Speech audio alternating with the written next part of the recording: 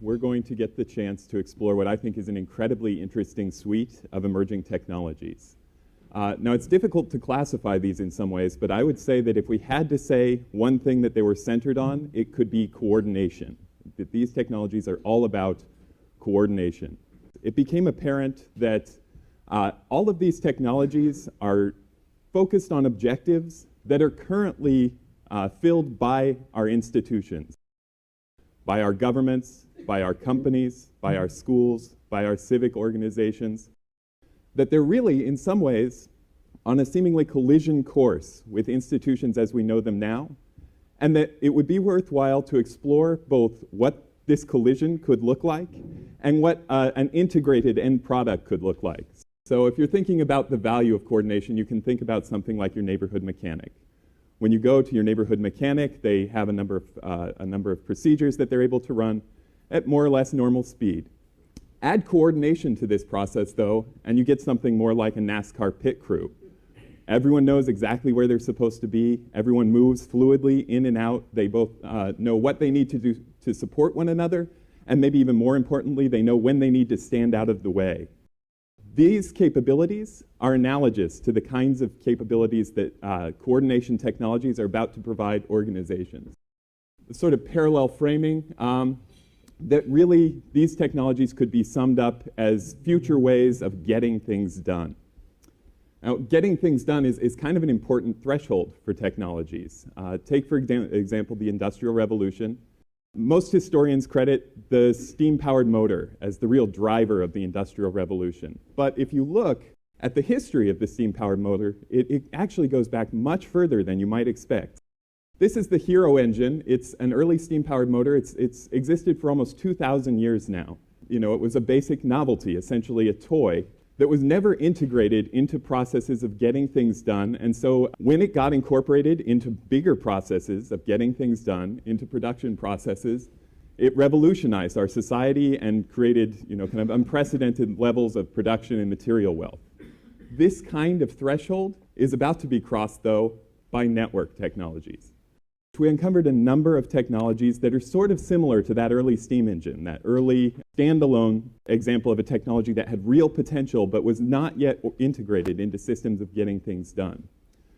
It became apparent that as these technologies move into production, into our organizations, they could have an effect that's very similar to the one that the steam engine had as it moved into production processes. On some level, it's useful to really take a step back and think about what the internet actually is. Because while the internet's topology is incredibly complex, its basic function is pretty simple. The internet is really a giant machine for routing information, a series of systems for routing things. That's all well and good, but looking at the future of the internet, something interesting is about to happen. We're about to have connectivity, the networking, of not just terminals and handheld devices, but of everyday objects, the things that are around you, our buildings, ourselves, our cities. All of these are about to be networked as well. So one way to think about the underlying question here is what happens when we can apply the principles of routing to routing things in everyday life. If you were to sum up this sort of evolution of the internet, one way to do it would be to look back 25 years ago at what the internet was. Really, at that point, the internet was all about disrupting and innovating in the space of pure communications. Those who had internet accounts remember these: bulletin board systems, listservs, Gopher and Telnet systems. It was really all about communicating in new ways. With the maturity of the web, as the web started to ramp up, a new center of gravity started to take shape. We had almost euphoria around a new series of business models that really disrupted the way that commercial activity is run. And this is in many ways the age that we're still riding out the tail end of right now. So great examples: ad revenue-based internet services, and then direct internet products, say credits on something like Zynga. A whole ecology of companies designed to innovate in commerce on the internet. Now, though, the center of gravity seems to be shifting yet again, a little bit further. If you were to look at where it's headed, I think you'd make a really good case that center of gravity is shifting towards coordination. So communication to commerce to coordination. as kind of the evolutionary trajectory of the internet is really an underlying theme here. There's a lot of evidence for this. So if you look at startups right now, some of the interesting examples that you'll find is Uber for coordinating unused limos and sedans, Eventbrite for helping any individual in this room to coordinate an event like a professional event planner might a number of years ago, Groupon for coordinating group discounts, sites like Kickstarter for coordinating funding, Airbnb, which allows you to actually coordinate the rental of your own spare space. All of these basically revolving around the coordination of things. And maybe most importantly, we're coordinating people as well in this process. So maybe the best example of this is in crowdsourcing platforms, but there are other examples as well. Now, this would be what I would say is the underlying recipe. So if there's a recipe for creating value using these coordination tools, it could be this, that we're now getting the ability to activate, deactivate, and reconfigure resources very rapidly to where they're needed, exactly when they're needed. If you think back on that slide of startups using coordination, all of them use some variant on this recipe, and it's one you're likely to see much more common moving forward. The trick is, though, that these are traditionally the functions that institutions exist to solve in the first place. What is an institution but that warehouse where you keep people who will be useful for things like programming websites? Imagine a whole company that's nothing but software. Imagine it, for example, being involved in building a house. So traditionally, when you build a house, you hire a foreman to coordinate subcontractors. It's a very step-by-step process. You have to have each piece done before the next piece can start. So you have to have your windows framed before you can have windows installed. You have to have your floor finished before you can put down tiling. This is a giant coordination problem. And it turns out there are human limits to this. Even with the best foreman, you're likely to see significant cost overruns, significant time overruns. There's real coordination problems here.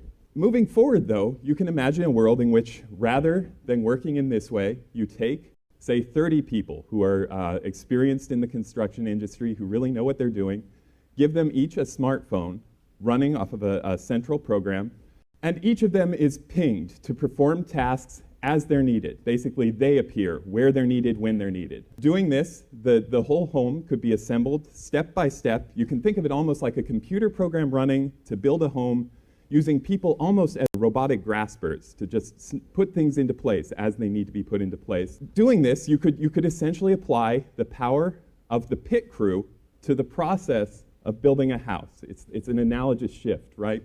But you also essentially have created a whole new means for organizing a company, because that company exists, in a sense, as nothing more than a software application, coordinating people the way a manager would today. You know, it's interesting to think of natural analogies here. From the standpoint of an individual worker, it's not at all clear that this process would make sense at all. It would be almost as though they hammer the 6 nails they've been told to hammer, and the house sort of emerges almost accidentally by its. We use the concept of swarm struct here deliberately. It's a bit like ants and an anthill. Ants are able to construct very complex structures, but no single ant is aware of what they're doing. It's just an emergent process of all of their activity combined. So it looks as though these technologies are moving into a place where we can tap into that same kind of functionality. So basically, this is something that hits on everything, right? This is a topic where we felt like we might have bit off a bit more than we could chew in some ways. The reinvention of human organizations, that's all. So we decided to create lenses, different lenses, to really get glimpses of different aspects of this transition. And because it's both at the individual and the organizational level that this will be experienced, we created lenses from the individual perspective and lenses from the organizational perspective. So just a few of the questions that this raises. So starting with individuals. These technologies really invite us to begin to think about how we realign citizenship. And this can take multiple forms, right? Because we can create feedback loops that are much, much, much more responsive than voting every year or two. And at the same time, we can redefine civic service with this. I mean, can you imagine being a civil servant for 15 minutes? Well, that's the kind of world that this opens up for you. It realigns learning. In many ways, learning is a giant sorting problem, right? You're trying to connect learners to the best opportunities to learn and the best teachers to teach information. Well, treating it as a giant sorting problem, it becomes unnatural for these kinds of technology. And if government's all about how people relate to if citizenship is all about how people relate to their government, There's community, which is all about how people relate to each other. Now, the interesting thing here is these technologies actually redefine community in some really important ways. It invites us, it's sort of an open invitation to create communities that are larger, more resilient, and more diverse. So actual systems to incorporate more viewpoints deliberately in a almost algorithmic. And at the organizational level. So organizations, for example, rather than tapping the smartest minds inside the building, can turn to the global network of innovators, makers, designers, and begin to tap them. How do you actually tap a global brain once it's connected? Communication and collaboration. There are some interesting problems, right? Because these technologies seem to allow you the possibility to communicate really authentically, almost personally, with hundreds of people at once. How do you manage that? And how do you manage the authenticity of that kind of communication relationship? If manufacturing is all about taking a building and assembling things by bringing, kind of activating, deactivating, and reconfiguring resources inside of that factory, adding them where they're needed, when they're needed to add value, what is this coordination technology but an extension of that into the world at large? Essentially, the ability to coordinate processes, to activate, deactivate, and reconfigure resources wherever they may be, and bring them together to create value wherever that might be most useful. An opportunity to rethink the concept of manufacturing in some cases. But all of this is not without its questions. So there are already people who are beginning to question the whole direction of this coordination technology. And it may feed this that some of the people involved in this space consciously use terms like, first step towards full automation, hive mind. Reddit, one of the key examples that we use for coordination technology, consciously refers to itself as a hive mind. So does Anonymous. And if we thought that the outsourcing revolution had an impact on labor, it's about to be dwarfed by these sorts of approaches. This is not just recombining labor in different ways. This is actually redefining labor in ways that our current legal infrastructure, for example, doesn't even recognize. So some real issues to tackle here.